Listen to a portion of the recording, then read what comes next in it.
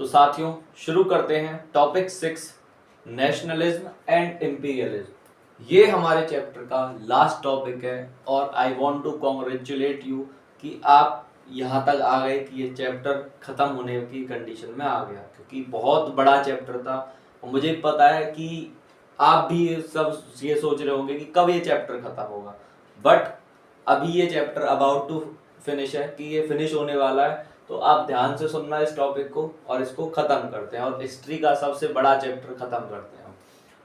Topic simple सा है, nationalism. हम पूरे कहानी यही सब पढ़ी है हमने पूरे चैप्टर में कि लोगों में नेशनलिज्म की फीलिंग राइज हो रही है, जिसकी वजह से बहुत सारी नई नई कंट्रियां बनी यूरोप में 18वीं सेंचुरी के टाइम में और 19वीं सेंचुरी के टाइम में बहुत सारे चेंजेस आए यूरोप में। ठीक है, नेशनलिज्म 1850 के बाद 1850 के बाद भी नेशनलिज्म रहा, बट नेशनलिज्म जिस तरह से जो पहले नेशनलिज्म की फीलिंग थी कि जिसमें उनका मकसद ये था कि लोगों का कि केवल हमारी एक कंट्री बन जाए, हम आराम से रहें, डेमोक्रेटिक रूप से सभी को राइट्स मिले, ये सारी चीजें।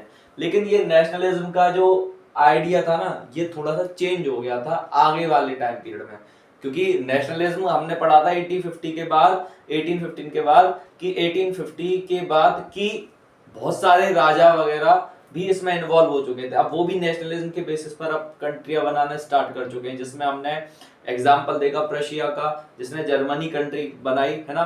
तो अब ये लोग भी एंट्री कर चुके हैं, ये लोग भी नेशनलिज्म को फॉलो कर रहे हैं। यहाँ से जन्म होता है एक इंपीरियलिज्म नाम की आइडियोलॉजी का। ये क्या है, अलग अलग नेशन बने, अलग अलग आप कह सकते हो कैरेक्टरिस्टिक्स के बेसिस पर, कुछ की अपनी अलग कैरेक्टरिस्टिक्स है, किसी का जर्मन कल्चर है, किसी का फ्रेंच कल्चर है, किसी का कुछ और कल्चर है।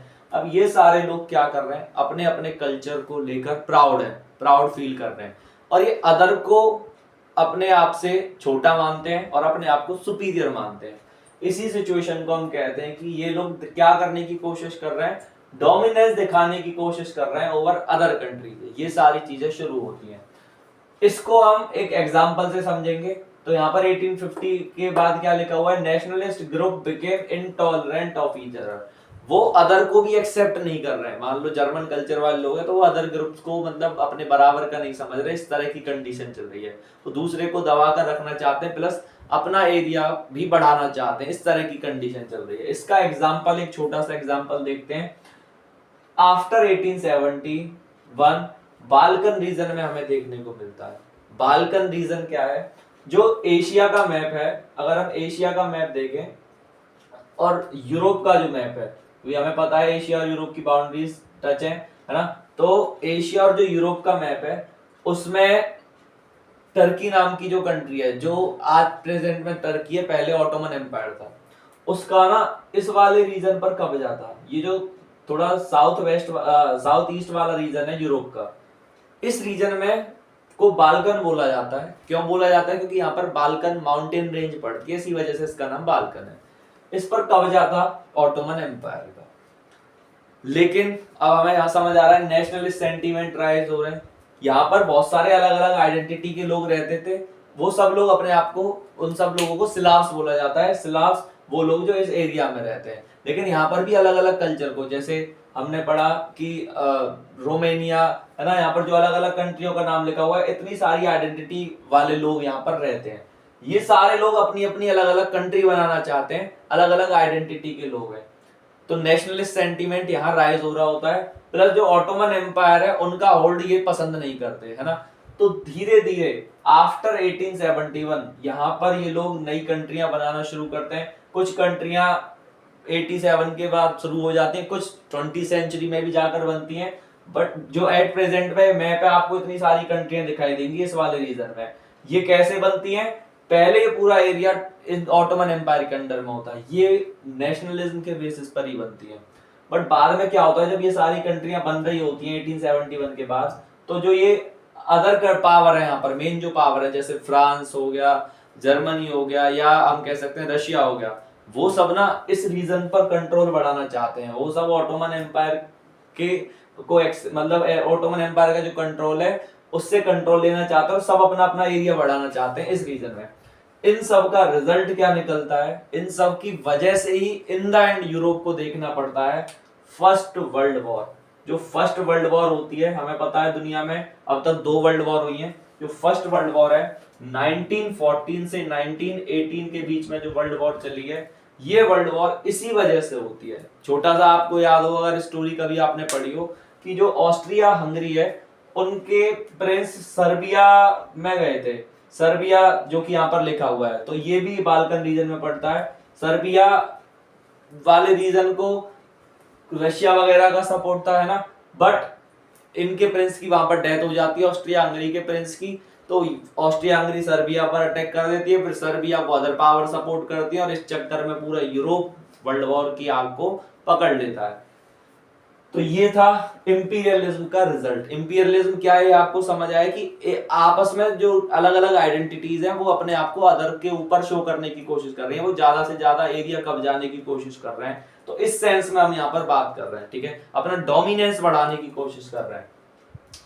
एंड में क्या निकलता है, जब बहुत सारी कंट्रियां दूसरे एरिया को कब्जा कर रही होती है ना, प्लस बहुत सारे अदर पार्ट में भी वर्ल्ड के में, जैसे इंडिया के ऊपर भी कब्जा कर लिया ब्रिटिशर्स ने, ये सारी कंडीशन थी। और भी चीजें हो रही थी उससे, मतलब उससे पहले भी ये इंपीरियलिज्म की आइडियोलॉजी चल रही थी, बट बाद में भी और भी बहुत सारी चीजें हो रही थी इंपीरियलिज्म के बेसिस पर। तो एंटी इंपीरियलिस्ट मूवमेंट शुरू होते हैं वर्ल्ड में। एंटी इंपीरियलिस्ट मूवमेंट क्या है कि इंपीरियलिज्म को खत्म करने के लिए, जो एक कंट्री दूसरी कंट्री पर डोमिनेंस जमाने की कोशिश कर रही है किसी भी तरह से, उसको हटाने की कोशिश की जाती है, ठीक है। तो एंटी इंपीरियलिस्ट मूवमेंट से हमें क्या समझ आता है कि सारे मूवमेंट जो है ना, इनका एंड में रिजल्ट देखते हैं तो हमें समझ आता है कि जो मूवमेंट थे सारे नेशनलिस्ट थे। जितने भी कंट्रियां थी वो सब बाद में फिर एक नेशन स्टेट की तरह उभर कर आई, है ना। तो ये सब ने इंडिपेंडेंट नेशन स्टेट बनाने के लिए फाइट की।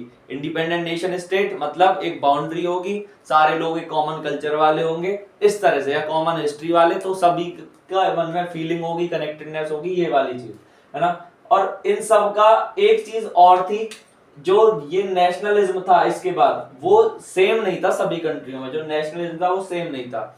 यूरोप का जो नेशनलिज्म था, अब अलग अलग कंट्रियों की अपनी अपनी अलग अलग डेफिनेशन थी नेशनलिज्म के बारे में। तो अब ये नहीं कह सकते कि नेशनलिज्म की एक ही डेफिनेशन रह गई, हर कंट्री की अपनी अलग डेफिनेशन बन गई, अपना अलग तरीका हो गया नेशनलिज्म को डिफाइन करने का। कुछ मानते थे कि अदर के ऊपर पावर बढ़ाना, अपने आप को सुपीरियर बनाना, ये भी नेशनलिज्म से जोड़ दिया। कोई दूसरा आपके कल्चर को हानि पहुंचा रहा है तो हमें उसको लड़कर हटा सकते हैं, तो ये भी नेशनलिज्म का पार्ट बन गया। जबकि शुरुआत हुई थी कि हमें एक डेमोक्रेटिक सोसाइटी बनानी है, ये सब नेशनलिज्म की वैल्यूज थी, बट ऐसा नहीं रहा बाद में 20वीं सेंचुरी में आकर। तो ये एंटी इंपीरियलिस्ट मूवमेंट है। यही आपका टॉपिक था जिसका नाम है नेशनलिज्म एंड इंपीरियलिज्म। इसमें इसका रिलेशन समझाया गया है कि नेशनलिज्म से कैसे इंपीरियलिज्म की फीलिंग और ज्यादा एक्टिव हुई बाद में, और उसका क्या रिजल्ट निकला। फर्स्ट वर्ल्ड वॉर एंड में हो गई इंपीरियलिज्म की आइडियोलॉजी की वजह से, फिर कुछ एंटी इंपीरियलिस्ट मूवमेंट चले, इंडिया में भी एंटी इंपीरियलिस्ट मूवमेंट चला जिसकी वजह से हमने अपने देश को आजाद कराया, है ना। तो ये सारी कुछ चीजें थी। सो यही था आपका चैप्टर, और थैंक यू कि आपने इसने ध्यान से सुना और ये चैप्टर कंप्लीट हुआ। आई होप आपको ये चैप्टर बहुत अच्छे से समझ आया होगा। बस एक टिप है, ये याद रख लेना कि पहले टॉपिक सुन लो, सारे टॉपिक कवर हो जाएंगे आपकी नोटबुक बुक में जितने भी दिए, कि आपको समझ आ जाए। फिर एक बार स्टोरी की तरह पढ़ लो, आपको चैप्टर में से कुछ भी मिस नहीं होगा। Thank you and all the best for your exams. All the best. Thank you.